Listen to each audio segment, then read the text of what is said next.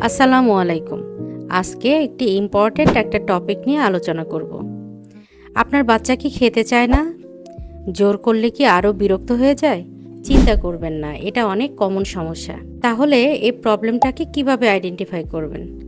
অনেক সময় বাচ্চারা নতুন খাবার একদম পছন্দ করে না, তাদের অ্যাপিটাইটও কম থাকে, কিন্তু জোর করে খাওয়ালে তারা খাবারের প্রতি আরও অনীহা তৈরি করে। তাহলে উপায়? প্রথমে ছোট ছোট পোর্শন দিন। একসাথে বেশি খাবার দিলে বাচ্চারা ভয় পায় বা অ্যাভয়েড করে। ধীরে ধীরে পরিমাণ বাড়ান। খাবারকে অ্যাট্রাকটিভ করুন। কালারফুল প্লেট, সুন্দর শেপ বা ফান প্রেজেন্টেশন ব্যবহার করুন। তাহলে বাচ্চারা আগ্রহ নিয়ে খেতে চাইবে। সবচেয়ে গুরুত্বপূর্ণ যে বিষয়টি, অবশ্যই ধৈর্য ধরতে হবে।